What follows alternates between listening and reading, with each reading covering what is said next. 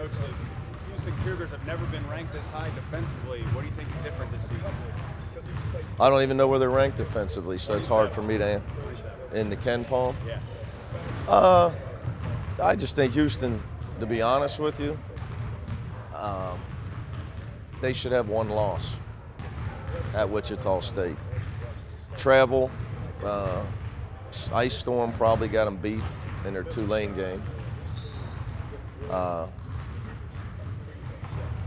Their other game early against Drexel was probably an aberration. What was their other one?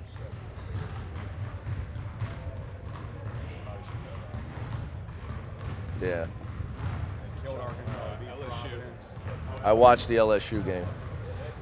They had that game. They had that game won. So, I mean, in all fairness, I think they maybe showcase they should have 2 losses. By far, the best Houston team since we've been in the same conference. And that goes back to when I was an assistant here. So they play 11 guys. Rob Gray's an elite scorer. He's a 5th-year senior, as well as Devin Davis, a 5th-year senior, high-rated player that's finally healthy.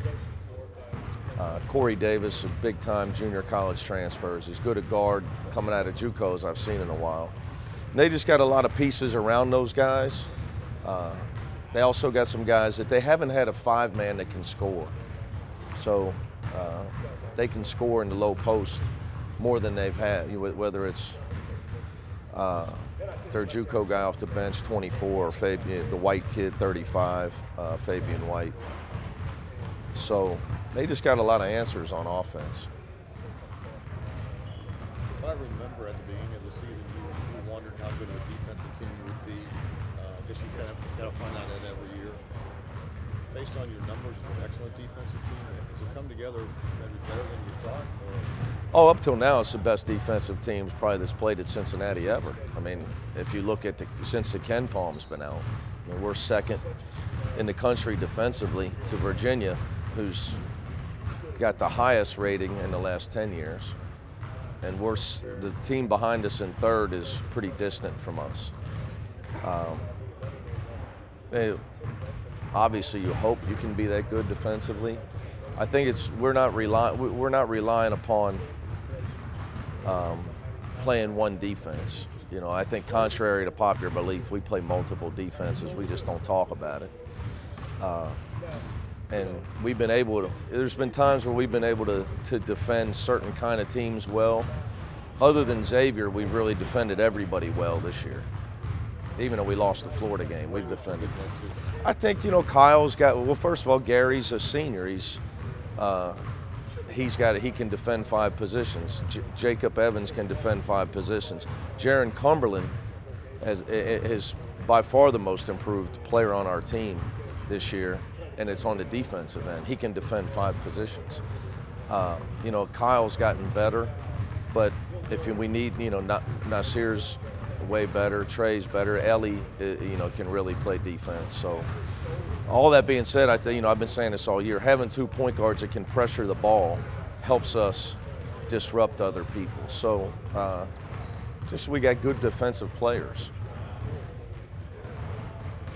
You know, both of you have only been out-rebounded 3 times all year, you and Houston. So You're coming with some stats today on me, Brad. For once. What makes, I mean, it's important in every game, but what makes them so good? How important is it in this game? Well, they're deep, and I think what happens when you're deep is twofold. Obviously, you're deep because you have some talented players. It also is motivation. That if Gresh doesn't rebound, I'm putting Cook in off the bench. So what's the biggest motivating thing in the world? So I think that's a big part of it for them. You know, and then you always play fresh guys, so you stay athletic, you compete physically, you don't wear down as the season goes on. So it's a lot of things that go into it, but having multiple players at your disposal allows you to keep up your intensity and your rebounding You know, I think if you look at our league, Wichita State, Cincinnati, Houston be the top 3 rebounding teams. We all have depth. We all have depth and multiple guys, so we're not relying upon 1 or 2 guys, and we don't play. We rarely have to play guys that are tired. But you obviously won a lot of games in a row. But as a college basketball coach and being around you a long time, I know you're never satisfied with your team. What still concerns you about your team as a coach that you want to coach better? Yeah, however many we've won in a row, I don't know, and it doesn't matter. All that matters is getting ready for Houston on Wednesday. So we try to improve every day. We had individual workouts this morning for our younger guys, trying to develop them. You know, offensively, our shot selection again, the Memphis game, our passing wasn't very good. Our shot selection was questionable at times. Our screening wasn't there to get our wings open. So that particular game, I was really, I would say our offense wasn't where it needed to be. But we're always trying to get better every day. You know, the East Carolina game, I wasn't happy with our defensive effort. So if you're not trying to improve, I think you're making a huge mistake, no matter how good you are. So you know, even our defense, like today we'll spend after practice watching film of our Memphis game on the things that we need to improve on. We'll work on them, and then I'll show the guys why.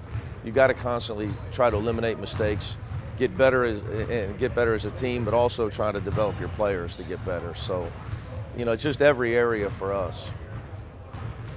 I know Coach Cronin doesn't like to talk about it, but as a team who's won 12 in a row, how good do you feel about this team right now and how you guys are playing? You feel good, but you never want to get complacent. That's not our culture. That's not what we do. That's not what we focus on. You know, we've won 12 in a row, but those are in the past. What about this game coming up? We're playing a very good Houston team, you know, that has been in good wins all across the season. Is that hard to do, Kyle? Not to get caught up in your own success? For me, not at this point. You know, I've been through a lot of different seasons. I've understood a lot of different situations, and as a team leader, you just want to make sure that you keep on, just keep on sending those messages to the young freshmen. So, I mean, we just have to keep on working hard and do it. Keep on doing what got us there. Do you think the team's playing well?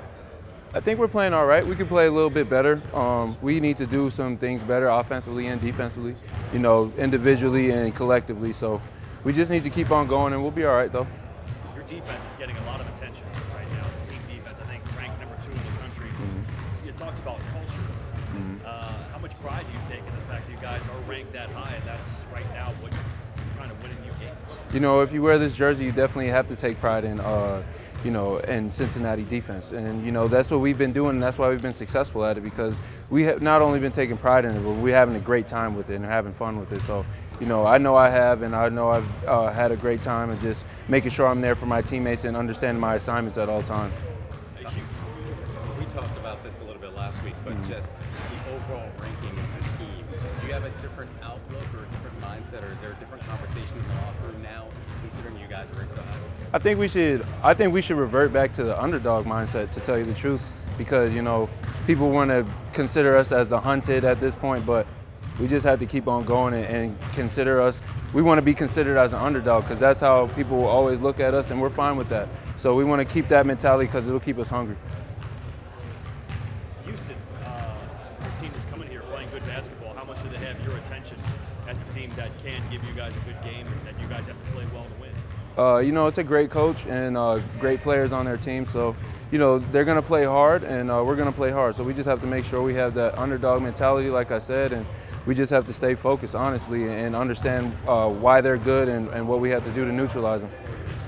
They're kind of an undersized team, but they rebound the ball really well. What are you seeing? I don't know how much you've watched them at this point. What are they able to do? I know rebounding is more of a desire as opposed to size kind of stat, but what are they doing to be able to kind of get those rebounds? They definitely play hard. They played hard ever since, you know, Coach took over down there. So we just have to make sure we're boxing out and knowing who's great rebounders, but we all have to go to the glass, and it's going to be a team effort. So just have to make sure we're doing our job.